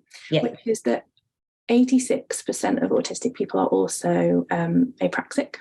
Yeah. Which means that the kind of high support needs autistic person that you possibly have in mind when you think of autism is no more autistic than me or Lynn, but they have a motor disability too. And that motor disability, the apraxia, means that they can't reliably control their body, which means that they probably can't reliably speak. And it's the apraxia that stands between them and speech, not autism. So most autistic people are apraxic. So if they were doing so, if their body was reacting in a space, and it's more like, and apraxia is impacted by regulation, so you can have a calmer, more relaxed, less unruly body when you're well regulated. But if you were dysregulated and then getting up to switch the light off, it would be really easy to assume that that was communicating that you want the light off. But it's not. They're not in control of their body. So when non-speakers and unreliable speakers, which is a really good level up for you, if you usually use non-verbal, you can switch to non-speaking, because they have words. Verbal means to have words. They've got loads of words, just can't say them with their mouths. So when they get access to reliable communication, which is often through spelling to communicate, because you can use gross motor skills to point to letters, where fine motor skills is much harder to train. Lots of the things they end up saying first is, one, I don't like peanut butter. Two, I did not mean to do that. I did not want to do that. I didn't want to pull your hair. I didn't want to get up, and I didn't want to turn the light off. And I was stuck in a motor loop, and my body just did it. So all behavior is communication was a really benevolent phrase, and I think it does us well lots of the time, but it makes the assumption that everything's intentional and that we have control over things. And in meltdown, and if we're apraxic, it's just a data point, it's just a dysregulation. Sorry, carry on. No, that's great. It's really helpful, because I was also thinking about inertia, you know, like how some of our behaviors might be seen as repeats, but those repeats are really necessary for us to function. So a good example for me is that a therapist might deem my repetitive eating pattern to be kind of unhelpful, but to me it really serves me well. So I set a clock and an alarm to say when I need to eat breakfast and when I need to eat lunch, and when I need to drink, because my body and my interoception doesn't account when I'm hungry, and it's too hard for me to then think about what I might need to eat because I've got other things I'm thinking about, and I can only hold a few thoughts at a time. And if I hold all of my thoughts, then it drops. So where my behavior and my thinking then kind of gets too much. And that it's helpful for me to eat the same thing over and over again, because it's known and familiar. Like I always wear the same tops or the same jeans, and I keep buying the same ones. And I might have other things in my wardrobe, but actually the things that I go to default are the same clothes all the time because they feel comfortable. So when I sit in the presence of a client who might be distressed, I'm not prickled. I'm not already irritated and not at ease to be with them and to welcome them in the way that meets them in their space. So I think it's where behaviors can be misread and labeled as kind of quirky, different, weird, when actually they're really helpful and they're part of our system to kind of stay regulated and well and resourced. So like, yeah, it is a repetitive behavior, but like, and necessary and yeah, and yeah. And perseverative errors. I think sometimes a perseverative error, an example of that would be, I pick up my phone and I know what the passcode is for my phone, but I type it wrong in the same way every time, because when I learned it the first time I did it, I made that error and I can't let go of that error. So now I have to go through that error every time. It's really irritating, but it's not intentional. and they perseverative errors exist with speech. They exist with all sorts of things. You might have to go through a particular wrong route to get to the right route every time. And that's just because of how we're wired. I was going a place, I don't know, ADHD. And I really like the bit of the door. So like, if I was to ask any of the kids I work with or any of the teens or young adults that I work with, what are you thinking? Or tell me about that feeling, or what was that about? They'd all say, I don't know. 90% of them would say, I don't know. And some of them would just be like, whereas if they were to do or bring something of their interest, and I was to be curious and interested and by their side, there's this rich unfolding of a story. So I was thinking about a young lad that I work with who's 10, who sacked, I think, 14 therapists before I was sniffed out as being reasonable-ish to step into. But part of the story was that I couldn't bring anything of me. So like, I couldn't open the door, I couldn't be welcoming. I just needed to be present and to be still for them to come and be in their own space, to slowly bring things to me. So like a pop-up tent, their Lego, their cereal bowl because they were hungry, and then slowly over time their special interests, or focused interests I should say, have come forward. And the one in particular that is really key to kind of our therapeutic process is Minecraft and the development of realms. And I didn't really appreciate how useful that would have been, but I know about hostile school environments because of the school they've created in Minecraft, with the people and the way the people behave in Minecraft and their realms. And that's the invitation for what they want in their teachers and their environment at school. So like, I can talk about the comparisons. And when things go wrong on play dates, it gets played out in Minecraft, so that there might be conversations about, this is where I rest. This is where I then have, dogs and stuff. So I can kind of, okay, so you're putting in your emotional regulator in Minecraft. So then I can use this story kind of to share with mum, or I can use what you're sharing with me to tell your teacher. And the answer is usually yes, but it's a whole kind of third way of being that tells the story that enables you to step into what they're interested in. And then you can kind of start to weave what might be helpful on your journey with that person, rather than us thinking, oh, actually, we need to fix you. But they're already doing the work for themselves and telling you what they need. And they're not broken, their environment is. Yeah, exactly. Yeah.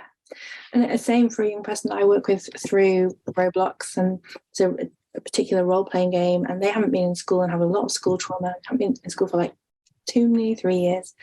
And then one day they decided that we were gonna be teachers at the school. So we set up our classroom, and it was a maths class. We put a note in the chat that school was about to start, and all these other random kids on the internet came to our class. And I said, right, how are we going to make this safe for everyone then? And the kid that I've been working with just said, firstly, I'm in charge, so it's going to be fine.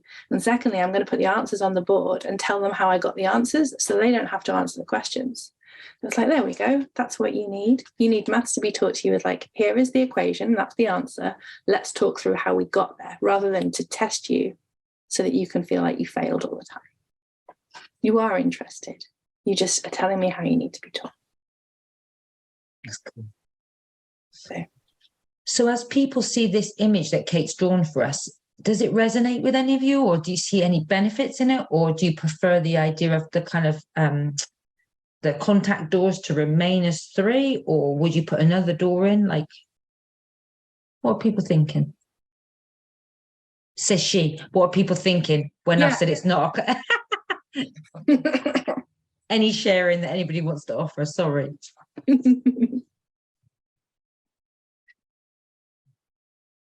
think I really like the focused interest door. I'm just reminded of something in our training which I've used a few times with clients around talking about like TV programs that they're interested in, and or like their favorite, or a book that they're reading, or a film that they've seen.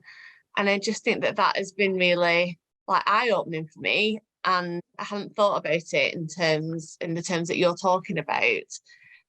But it does make sense, you know, like those things that come out of it tell that story of that person rather than the story of the book or the story of the film. And it would be easy for someone to say, oh, that's past timing, right? Yeah, I guess so, yeah. That's what immediately came to my head. If I was going to shoot that down with a bit of unhelpful theory, that's how I'd shoot that one down. Yeah. And I could make you feel like you were doing the wrong thing, or you weren't being a clever enough therapist, or you'd got it wrong. And actually... Yeah, it's really interesting to hear as well if somebody brings a book that I've read or a TV program that I've seen. I love hearing their different process when they were watching it, or the different things that brings up for them. I think that's really useful. Thanks for sharing that. And I think what you're talking about as well is that meeting of difference, you know, like that you might have seen it and perceived it differently. And that's okay, isn't it? You know, and I think that's the richness of the conversation. And I think it's really helpful, particularly with neurodivergent people that have kind of also got a PDA profile. People would identify it as pathological demand avoidance, but we kind of think about it as persistent drive for autonomy. And like that whole bit of if you're the expert and you meet them in that place, that's an immediate shutdown. So like it's really helpful sometimes to know nothing about a subject that somebody's bringing to. So I work with a kid who's like an IT whiz, and they do teach me a lot of things about IT because I have no idea. And but it's really good for me to be not an expert in it or not to have any knowledge of it, because they need to be self-directing. And so like if I've got any sense of like how to do it, then it shuts down the conversation, or it shuts down the session, or they mightn't choose to come again, you know. Whereas and some tutors have come in going like, oh well, I'm a computer expert and I'll be really great with them, and actually they've never got through the door because they've come in with this perceived idea like I can bring my skills to your skill. But actually the self-directed process within PDA profiles is that actually they do it alone. You can watch and you can observe, and they might give you a little bit to help you out along the way, but actually your job is to be present in their own way of supporting and regulating themselves. And then whatever else comes from that is the therapeutic process. But also, again, it's that bit of how do you translate that to school settings to say, this kid who has been at school for 4 years, he's studying online and doing a GCSE in maths and doesn't need to be in school because they're already doing it in their way. And how can that then be, graded so that that kid gets their exam at the end of it? So I think it's just thinking about the difference of it. But I think it's good to not be an expert in most things and kind of for them to bring what they are really interested in. But it brings to mind, what Byrne talks about, thinking Martian. Yeah. It's like sitting with every client and finding a way to make contact with them.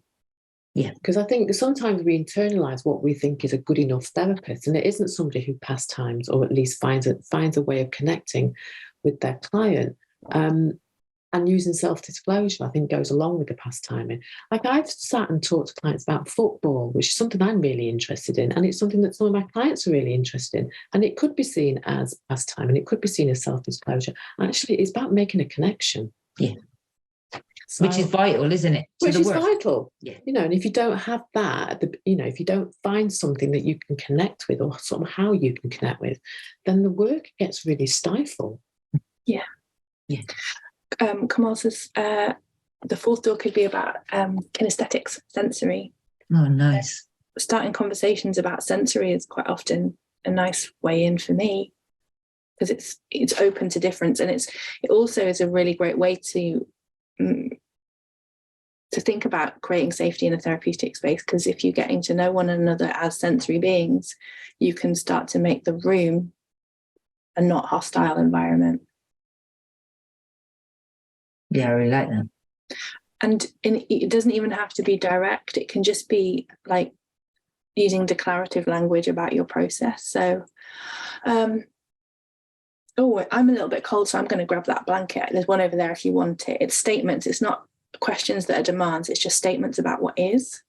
Or I'm going to put that lamp on because I like softer lights, or might try it. Shall we try it? Or I like this. You can tell me what you like. Just giving permissions rather than asking questions, and showing that you're doing it too. Just making space to talk about sensory. Oh, can you say more about what that looks like? What looks like? Because I made it kinesthetic, I think, wasn't it? Yeah, it was either the kinesthetics and also I think you gave a couple of examples after I typed that to explain what it was like. But maybe that's not for me. Maybe that's for Kamal too, if she'd like to speak to. That was just my riffing. I really like the kinesthetic sensory, because do you remember when we had the interplay and discussion on the TA neurodivergent Facebook, which was about Dr. Nick Walker's take on neurodivergence and ADHD, and we were talking about whether it was kinesthetic. Huh. Yeah. Vaguely. I'm sorry, I'm not going to be very verbose because I have some really bad background music playing in my neighborhood. Okay, that's all right. It doesn't sound loud from my end. No, okay. So when I speak about kinesthetic or sensory, that's because I'm a very kinesthetic person myself. The way I receive or perceive things, I first sense it in my body, and then I'm able to articulate it in words or images or etc. I'm a counselor. I'm also a yoga therapist, and often in my work, I find my clients talking about how they can feel something in their body and how they can sense something in their body. And I, like to sit with that and account for it. I don't, think of just thinking, feeling, and behavior. I'm also accounting for their bodily sensations. And I think, especially, if it's trauma focused or even with neurodivergence, I think this needs to be accounted for. It would be very interesting. And I'm also linking it to, Carl Rogers' unconditional positive regard. he spoke about unconditional positive regard. And I think part of having unconditional positive regard is also for accounting for, our realities about what we are experiencing, about what I am experiencing and what my client is experiencing. For example, I might be more of open to thinking, while my client may be more receptive to bodily sensations. And Yeah. I think just to honor and respect that in the counseling space is so important, and even in our personal space. I hope that answers your question, or gives you an idea about what I was trying to say. Yeah, you explained it beautifully. Really clear, yeah. Yeah, so a sensing door. Yeah. Yeah, I think that would be great. And also because we have often interoceptive differences, so sometimes we're really hyper attuned to what's happening in our bodies, and sometimes hyposensitive. So I don't really my interoception means that I'm not really attuned to my hunger or my thirst.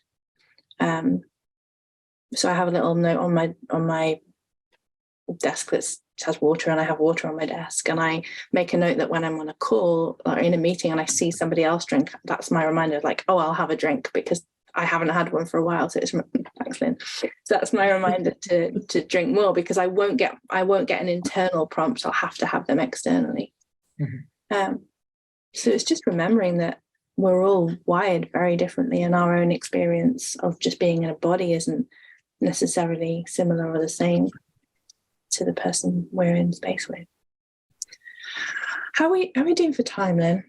I know it's not We're on 12:40, so we've got 30 minutes, I think. All right. Well, let's go macro for a minute and talk about actual environment outside the therapy room. Because there's been some fairly recent research that found that whilst many autistics care profoundly about environmental issues, we face barriers to engaging in action. So it could look like neurodivergent people are maybe resistant to interacting or making changes that are green behaviours. But I don't think we can talk about that without talking about privilege. Yeah.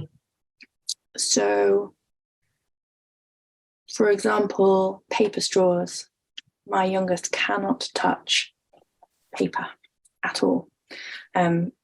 Education, like EHCP, school, everything has to be like Christmas, birthdays, wrapping paper, everything has to be reimagined in a different way. Because if just seeing her notice that there is paper or there is glass that she might have to touch, her whole body kind of tenses in anticipation of it. It's that much distress.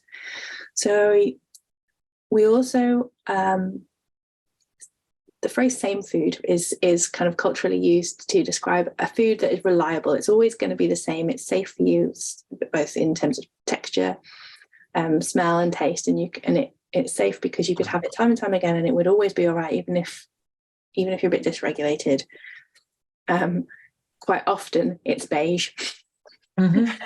And lots of autistic kids will sometimes find that McDonald's is their safe food, because it doesn't matter where you are, there's probably one and you're always going to get the same thing. It's going to be repetitive and reliable. So imagine then that McDonald's changes its straws from plastic to paper, and that your one safe food that was reliable in times of, maybe all the time, but in times of crisis now is inaccessible to you. And you might have some resistance to that or might really experience a loss. It's not because you don't care about the environment.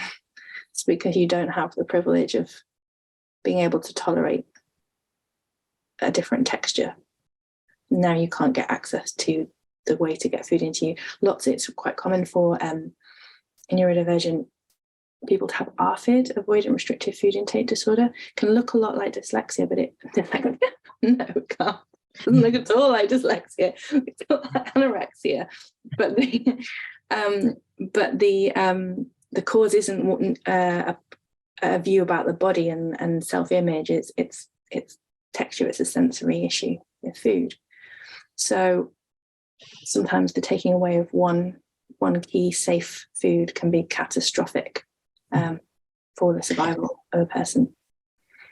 And I was thinking about that, a complement of, fluid intake through a straw. Sometimes how kids with ARFID have to kind of drink and eat at the same time. Otherwise, there's that gagging reflex, which is kind of unbearable. And then they kind of get really anxious and stressed. And then that food that they used to eat, they can't eat anymore because they didn't have the straw to help them to drink, to then eat that piece of food that they used to eat. And the whole chain of it's been broken down because it becomes a paper straw rather than the straw that they're used to. And adults as well. And our gag reflexes are easily reset. So messing around with like trying to encourage someone to eat something that's making them gag is actually really not a good thing to do. Like OTs would work with that specifically. I was having palpitations when you were talking about plastic paper straws though, Kate, myself, like I was getting a visceral reaction. So for those that know me, I work kind of like long hours in children's services, and sometimes I can be kind of in an office, and sometimes I can be frontlining doing a one-stop therapy session with a kid that wants to take their life. That's kind of like the way my world is. And on occasions I'm starving and I've forgotten to eat because my interoception didn't tell me, but then I'm at that point of nearly keeling over because I haven't eaten. So my go-to was always a milkshake at McDonald's, high level of sugar, a lot of calorie intake, and then that'll take me through. And I can't use that as a port of call anymore for me because I cannot bear that texture of that soggy paper in my mouth. And I've tried it the other way. I've bought a milkshake and put it into a bottle with a straw, and it still sensorily is completely different, and therefore it's not available. So I have to now think out of the box about what I can carry with me that enables me to feel resourced enough not to kind of keel over when I'm working. So, and I'm an adult who understands that it's really important that, we don't have a lot of plastic, and we should be developing sort of things that help the climate. But again, I suppose that neurodivergence hasn't been considered in how do we transcend to something different? How do we have conversations about the difficulties sensorily, especially for kids that don't necessarily kind of have full grasp of why we want to change it, and then how we maybe kind of think about different ways of doing it. I mean, metal straws on your teeth, taste of metal, like, all those things are really hard. So it's like, how do we do something different? And a lot of kids, I don't know if people know, but people that are autistic or ADHD even, will use the straw as a sensory regulator. So that second action, particularly in kind of schools when they're stressed, is really helpful to enable kids to regulate. And it doesn't work with paper straws. Yeah, so it will be cold water through a straw, and the temperature and the proprioception in the mouth through a straw is a dampener rather than a heightener. It's like a down regulator. But it's not just straws. Transport, we should maybe car share or use public transport, but there are lots of sensory things going on with that. So I guess I'm wondering if anyone can think about things that they would like to be able to do, like green behaviours they would like to adopt, or they can think of that might involve a level of privilege. Sorry, that's my door. Might involve a level of privilege to be able to switch to.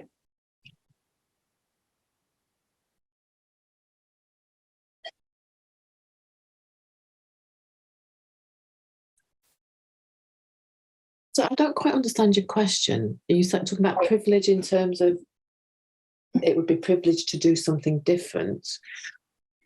The assumption that we could just make a quick switch has quite often a level of privilege in that assumption. So green behaviours like car sharing might, for somebody with a disability, not be accessible because they don't have the privilege to be able to just get into any old car with a person, or kind of thing. And it might be that nothing's coming up, but I think it's just something for us to keep in mind. One example I had was a company I worked for. The van drivers all had a monitor that sat on their dashboard and flashed lights at them and spoke to them. And it was in a drive to reduce fuel consumption. And even though I wasn't driving a van, I was based in the office, and I think I must have done about 12 miles a year for this company, because at the top they deemed that everybody needed it so that we could all reduce our petrol intake. They wanted me to have one on my dashboard, and I eventually resigned because I ended up calling in a driving instructor who taught dyslexics and neurodiverse to drive, who said no, having flashing lights and things talking at her will distract her, and she needs to take in the relevant information to keep her safe on the road, not have all this extra. We had occupational health, we had an agency come in who again told, and they were not buying it. They just would not have it because they wanted to save fuel. And in that wanting to save fuel, they called a lot of people in. And spent a lot of money. And I think my total fuel bill for the year was £12. Yeah. I was thinking back to, you know, what Karen was talking about, that the solution was liberation, and that one of the elements of liberation was activism. And I would imagine, you know, going on a demo, well, unless you're a Tory and you actually want the demo to be quiet and not to cause any disruption, the whole purpose of having a demo is to make noise, is to cause disruption, is to be sensory. So how you can protest becomes a barrier. Yeah. Unless it gets passed through Parliament and, you know, they ban us all from walking on the streets or walking slowly. We have to walk really fast, you know, really fast and really quietly. Yeah, I mean, that's a really example. A couple of weeks ago, I was at a demo in Manchester for Section 35. It was important to me to show up and protect like my trans siblings. And to do that, I needed to plan how long I was going to be there and breaks away from that crowd. And I had ear defenders, but I also had loops because sometimes I didn't want to have like all of the sound gone. I wanted to be able to listen to the speakers, but I knew I'd only be able to tolerate that for little chunks. So I had to have a lot of accommodations with me in order to be able to engage with that thing that I really wanted to show up for. And I have the privilege of like knowing myself, knowing who I am, having had access to a diagnosis eventually and conversations with OTs because of the job I do. And so I'm pretty well resourced. But if you only get to know you're autistic because you have your distress has been made evident to the right people at the right time, which means you get diagnosis, because we're diagnosed by our distress, not by our joy, not by just our existence. We have to show distress behaviors to hit the DSM criteria. Then you kind of don't know who you are. People see labels as sometimes as a negative thing, as something that's going to stifle you, but I also think that's a privilege. It's a privilege to see yourself in other people, and a label is a real way to access community. And if it feels like a negative thing to someone, then if autism feels like a label to somebody that they think that I shouldn't have or don't need, then my question to them is, what do you think autism is and means? Because me, it's just my wiring. It's just a fact. If for you that means that I am, somehow less, then that is your internalized ableism. I invite you to take it with you and go and do some work on it. But I'm just me. And that helps me to know myself and talk to other people and find other people like me. So that really. I think that's what's really coming across in this workshop, the need to know yourself. Yeah. Really Yeah. important. And to have other people willing to get to know you and support you to get to know yourself. Yeah. And it seems to be on such micro element.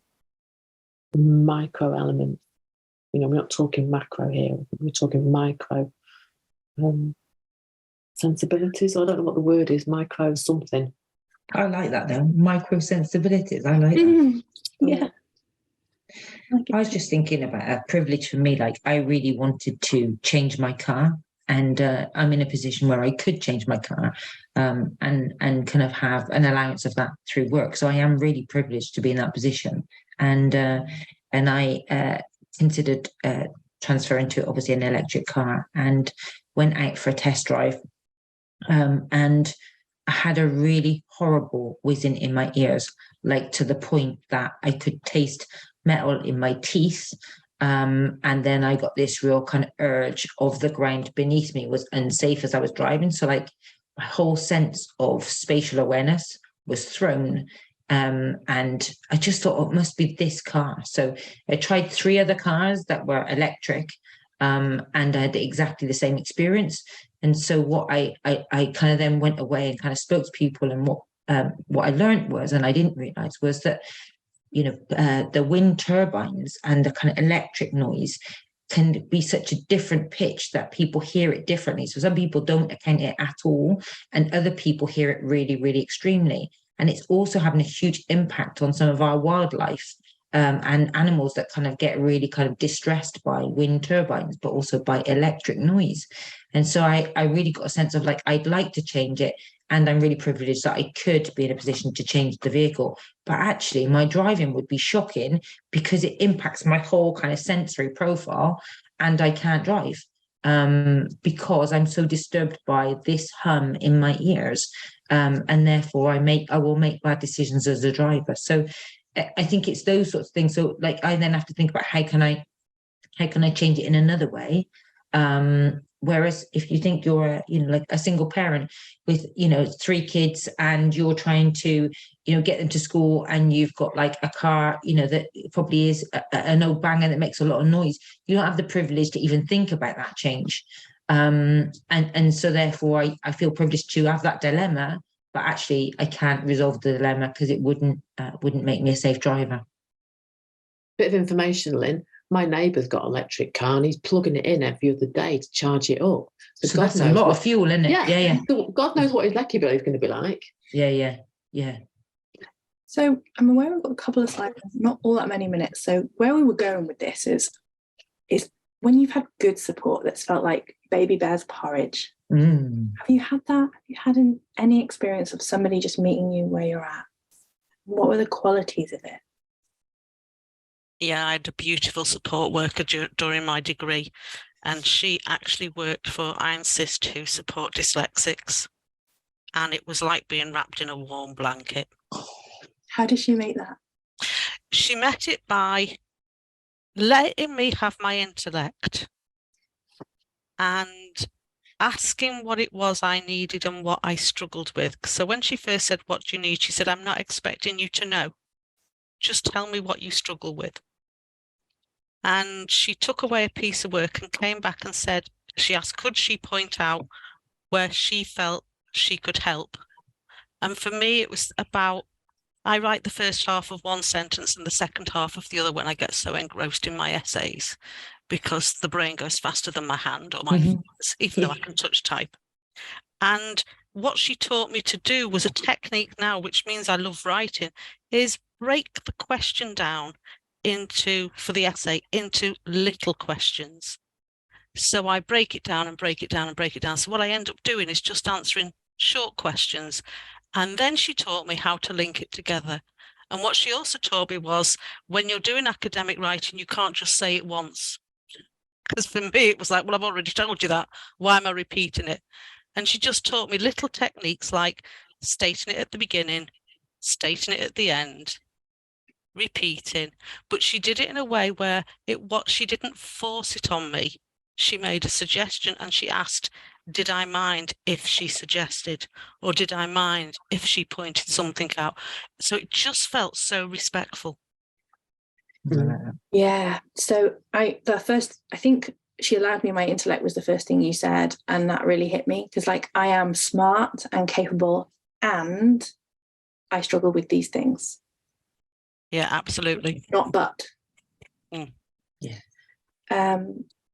An element of what we call a neuroclastic joint troubleshooting, where everyone it's like a strength-based approach. So people come with what they're good at and you troubleshoot the issue together. So you have this intellect and a question and you're struggling to match them up, but you have all the knowledge. She has the strategies and is working out what is standing between you and putting it in that format. And the decoding. Absolutely, because to me, everything when I used to read an article, every point that was made in that article was relevant to what I was writing, so I wanted to put it in. So my essays would be like 5,000 words long when they needed to be 2,000. Yeah. Now I can do that because in breaking it down into individual smaller questions, it helped me pick out the salient pieces. Yeah. That and referencing as I went along, and then I wouldn't lose where my document was. Brilliant. So lots of executive function hacks as well. Yeah, because that's what I struggle with. Java says, I'm wondering about the multiple barriers that could be faced engaging environmental action, like in addition to autism, including poverty, social class, racism, that also impact on barriers. Yes, none of this is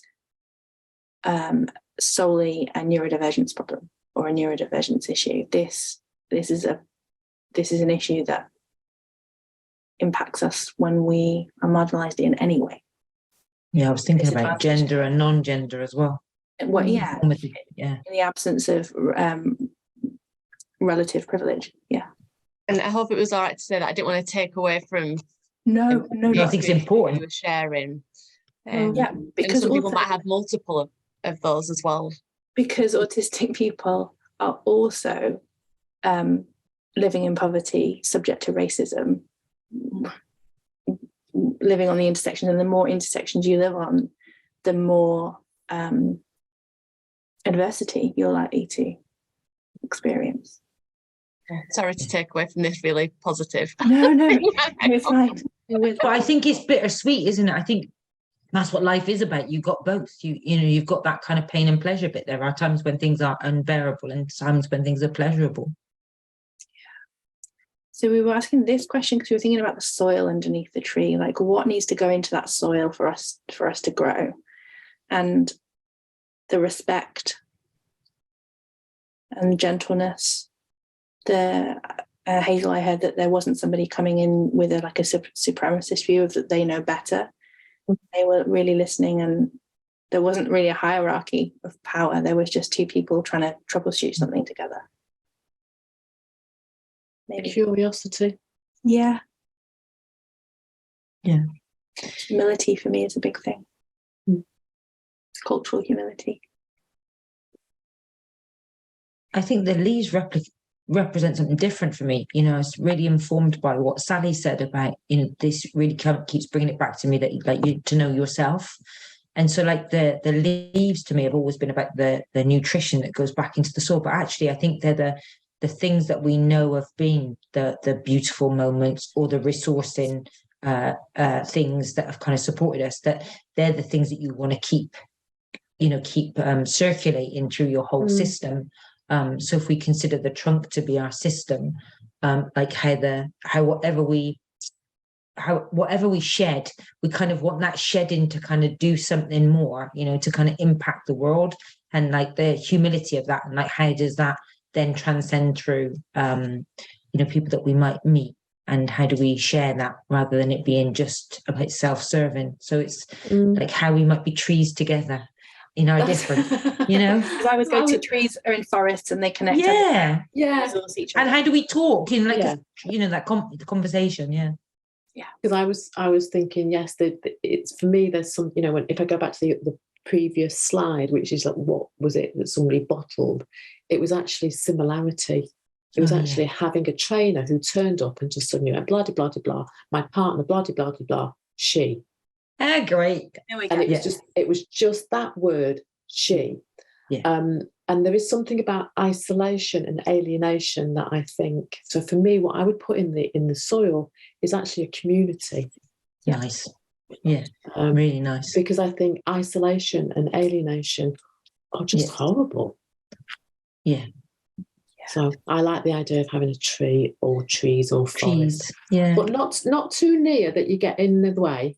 No, I'm just like respectfully. Yeah, respectfully distance. You need a bit of social distancing. But I think just existing as an openly neurodivergent or queer, or as a therapist of colour, is an act of activism. Yeah. Just existing as yourself out loud is activism. Yeah. Mm-hmm. Because then you can be seen, and if you can be seen, other people can be you, not you, their version of you. Yeah.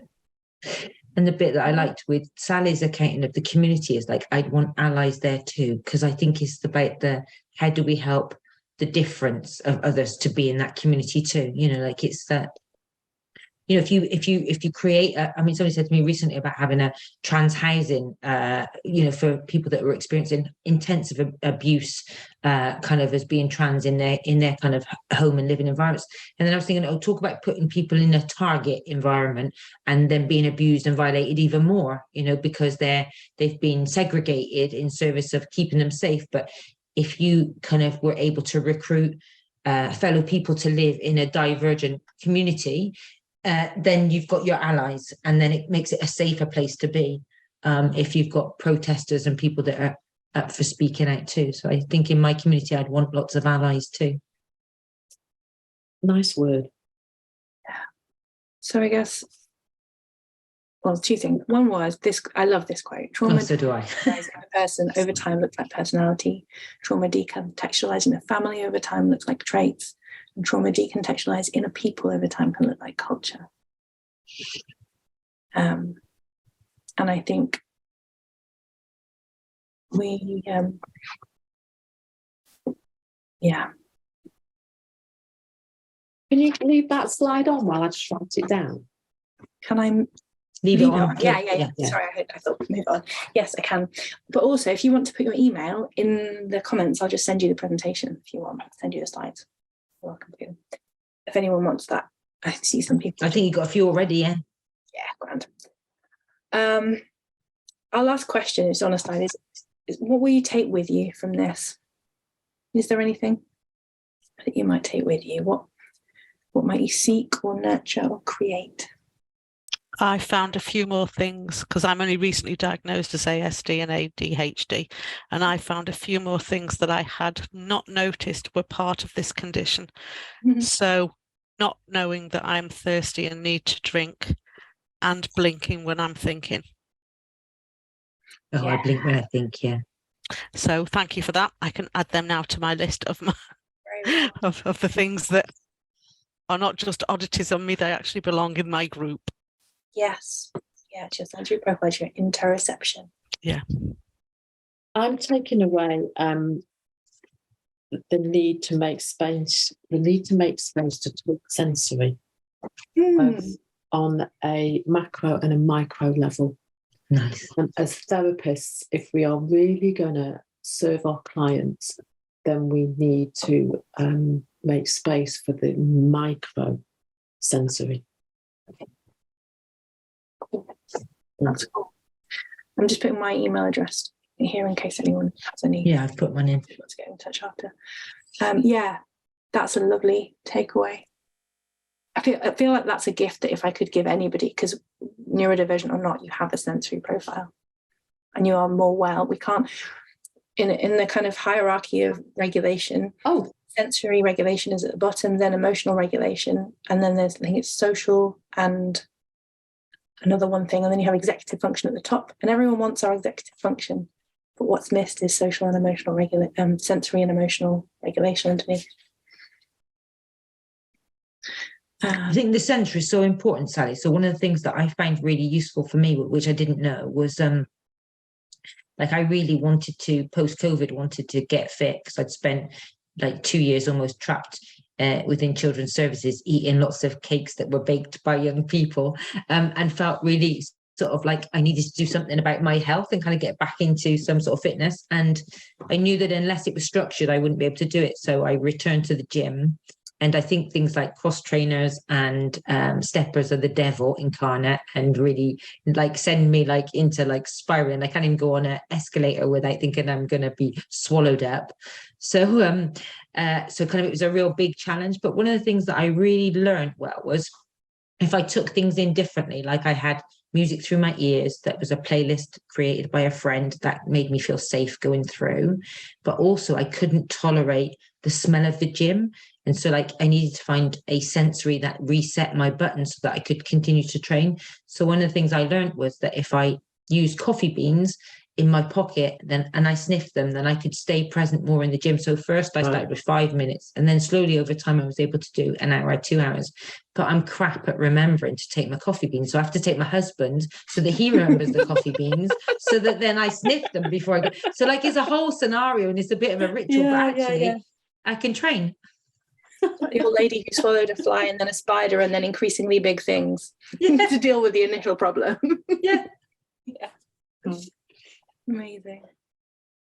So that really was just the invitation to think about what you would seek, nurture, or create to change the climate for yourself, because you deserve a safe place to live and be and work, and for people you might care about.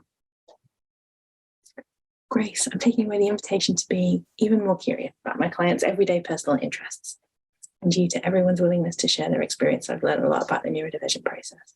So much. You're welcome. Mm.